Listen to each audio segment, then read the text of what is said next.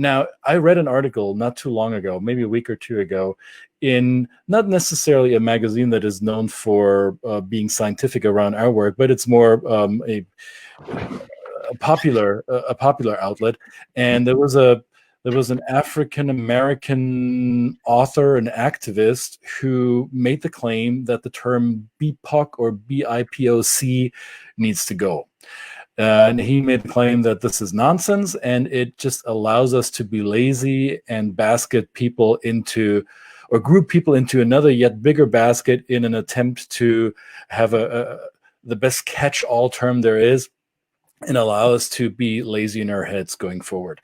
So I didn't pick sides. I just read it and thought, interesting perspective. What's your take on this? I think I might have read the same article, and they were talking about the BIPOC idea, or the POC, being an avoidance from saying the word black. So rather like racism. Mm-hmm. So there's one idea of sort of empathic and hurtful, and it's, you are going back to a false construct. And there's some people who talk about this. So it's right. Rather like the N word is obviously super bad. I think the world might have even caught up with that now, but actually the history is even more complicated. Of the meaning, which most people really don't understand, is even more offensive there. So I think there's the idea of avoiding offense, but should we be just naming it and moving on? I mean, white is a fake construct, which then has implications. Black is a fake construct, which then has implications. So it depends where we are. But I saw a comment: we should be careful how we use this. So what is the use of this? This is for intelligent people to get involved in the conversation. It's to get involved in the conversations. Patricia, what I would say in terms of that comment: nasty people were nasty yesterday.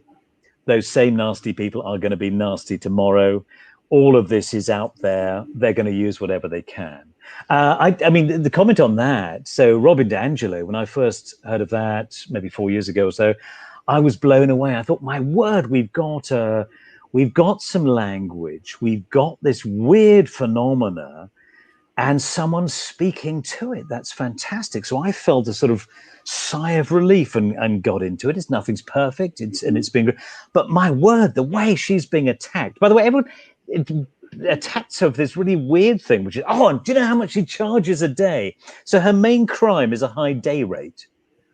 So let's put this into context for those who may not be familiar with Dr. Robin DiAngelo's work. So I'm suspecting, Matthew, you're referring to the term white fragility and the implications around it, right? So she coined a term that most white people tend to be very fragile around the topic of race, and that they get instantly defensive around that conversation, and are being very fragile when any type of allegation or accusation is being discussed, not even thrown directly at them. However, they default to a defensive position, which just shows that they are aware of how racist the system in which we operate is. And she's gotten some pushback because that is Robin DiAngelo, because she is probably a bit more radical in her approach than many people would like, right? And this is the whole point. So, be careful how we use it. So that's a sort of extreme progressive version. And there are other people on the sort of right who are sort of pushing back and mocking people who are woke, the shouters on the woke side. So my idea is to navigate with this piece through the middle. So I put some counters to the various definitions, like safe space would be one. So you have safe space for a speaker is not really what we're talking about. Safe space for a speaker is what I'm excited about. It's sort of what we have here. You use the word, Christian, provocative. Can I be provocative? Hopefully today you can be as provocative as you like with me, and I will respond respectfully and try and give some content or my honest opinion. So that is the safe space where it's safe to speak or ask.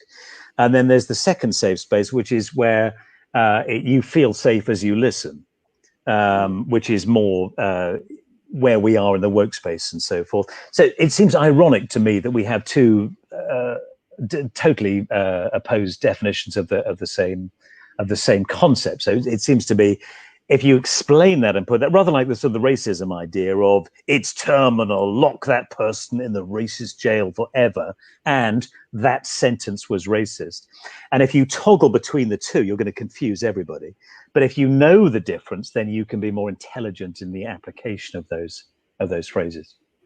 That's what I liked about the list. It actually does have a counter with some of the definitions, that this is not an absolute, just because there is a respectful approach to saying this group may use this term in this context, and another might use it in another context, and both, for whatever the story is, both are right in their own mind. Exactly, and what terrifies me about America is it seems to be it's only the extremes which are being broadcast. There is a fantastic and intelligent conversation to be had within the modest space in between, and again, that's what the purpose is of this.